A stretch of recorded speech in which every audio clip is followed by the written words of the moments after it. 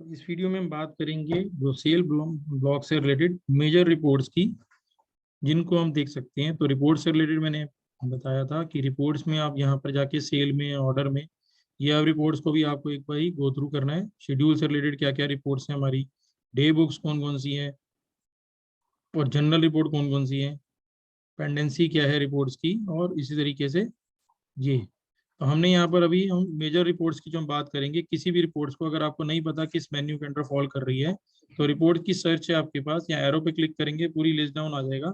सबसे पहले हमारा मॉड्यूल था अकाउंट मास्टर। तो अकाउंट मास्टर से रिलेटेड जितनी इन्फॉर्मेशन हमें डाली है, यूजर को अगर वो जाननी है कि क्या है, तो हमारी पहली रिपोर्ट है that is account master abstract, जहां पर हम अकाउंट मास्टर में जितना भी इंफॉर्मेशन हमने डाला कि डेटर की, कैटर की, या कोई भी और लेजर, ये सारे यहाँ पर आएंगे।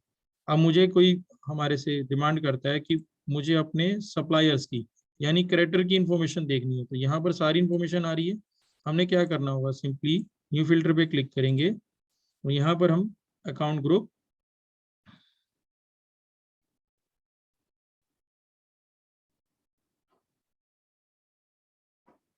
यहाँ ले लिया अकाउंट ग्रुप इक्वल टू और सन्ड्री क्रेडिटर्स। मैंने क्रेडिटर ले लिया, सेव किया। अप्लाई फिल्टर के बाद मैंने यहाँ सेव फिल्टर में कर दिया सप्लायर लिस्ट। इसको आप अपने नाम, अपने अकॉर्डिंगली नाम से डिफाइन भी कर सकते हैं। मैंने इसको रीसेट किया।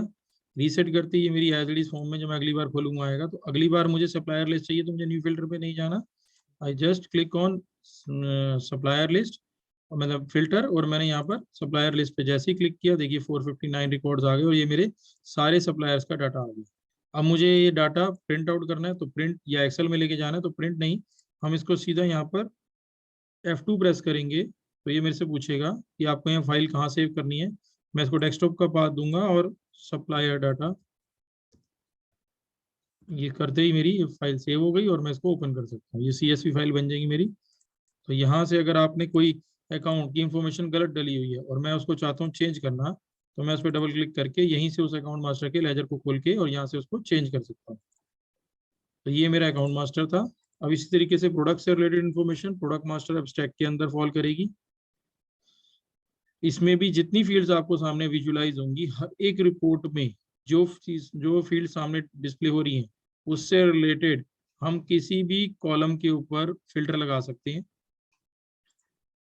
यहाँ पर ये आ रहा है सारा, और इसमें हम सॉर्टिंग करना चाहें तो ऑर्डर की सॉर्टिंग भी कर सकते हैं कि पार्ट नेम वाइज करनी है या पार्ट नंबर वाइज करनी है। लेट्स से मुझे अपनी रिपोर्ट की सॉर्टिंग पार्ट नंबर वाइज करनी है, तो मैंने पार्ट नंबर पे यहाँ सॉर्टिंग पे क्लिक किया। क्लोज करते ही अब मेरी यहाँ पर रिपोर्ट के अंदर जो सॉर्टिंग है वो पार्ट नंबर वाइज हो गई। तो ग्रुपिंग मतलब फील्ड के ऊपर भी आप फिल्टर लगा सकते हैं। सॉर्टिंग की अगर रिक्वायरमेंट है तो आप सॉर्ट भी कर सकते हैं एज पर योर कन्वीनियंस। अब ये देखिए यहाँ पर ये पूरी रिपोर्ट चेंज हो गई और मेरे part number wise sorting.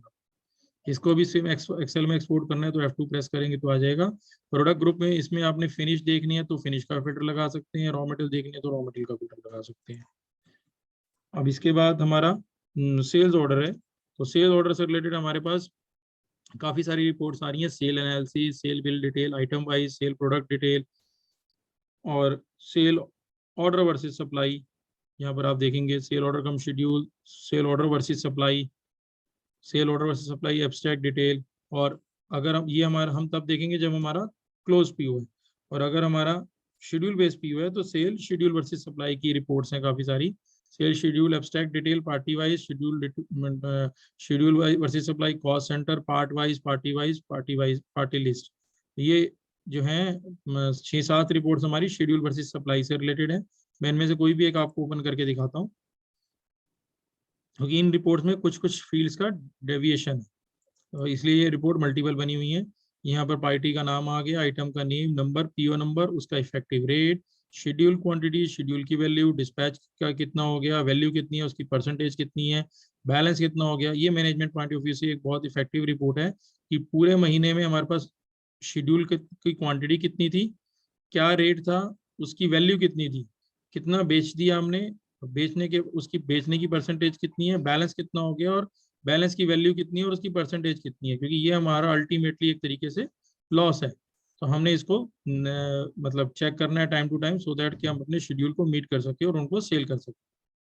Cell schedule versus supply के बाद हम रिपोर्ट एक कि कभी भी हमें सिंगल मूवमेंट पे देखना है कि हमारा कौन सी आइटम का क्या रेट चल रहा है किस पार्टी के अकॉर्डिंगली। तो इफेक्टिव सेल प्राइस की लिस्ट है, इस रिपोर्ट को भी हम विजुलाइज कर सकते हैं। यहाँ पर हम उसका करंट रेट देख सकते हैं कि आज की डेट में उस आइटम का क्या रेट जो है हम ऑर्डर के अकॉर्डिंगली इफेक्टिव रेट आ रहा है।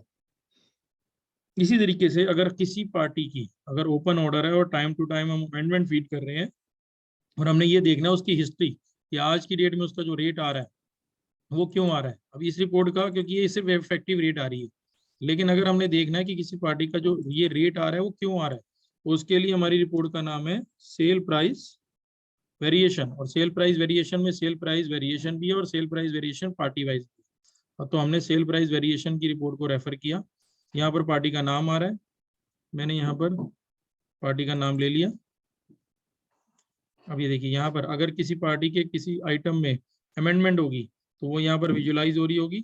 मैं यहाँ पर उसे ओपन करता हूँ तो ये देखिए ऑर्डर का नंबर, रेट, अमेंडमेंट, या अमेंडमेंट के अंदर आ जाएगा कि टोटल कितनी अमेंडमेंट हुई है। डबल क्लिक करूंगा तो वो डिटेल देगा कि किस डेट में क्या क्या अमेंडमेंट हुई, किस किस डॉक्यूमेंट के अगेंस्ट।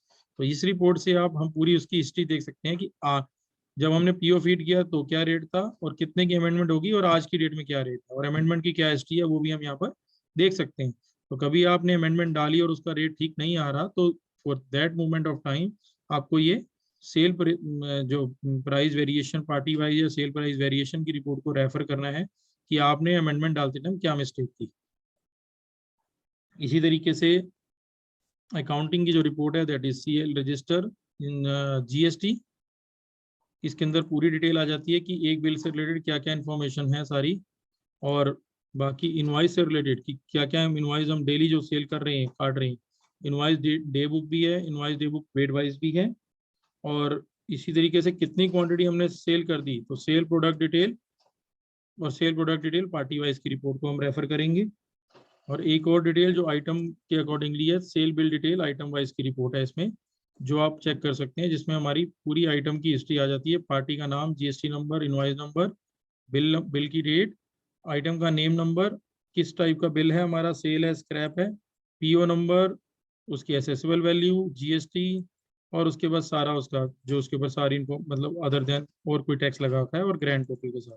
तो ये हमारी रिपोर्ट जो है, और आप इसको किसी भी रिपोर्ट को आप एक्सेल में ले जाने के लिए F2 प्रेस कर सकते हैं। तो ये हमारे सेल ब्लॉक की कुछ एक बेसिक रिपोर्ट्स, और बाकी रिपोर्ट्स जो है वो एक्सेल की शीट में है, और हर एक रिपोर्ट्स को आप यहाँ से ओपन करके देख सकते हैं, और या फिर अपना रिपोर्ट्स में मेन्यू के थ्रू भी आप चेक कर सकते हैं।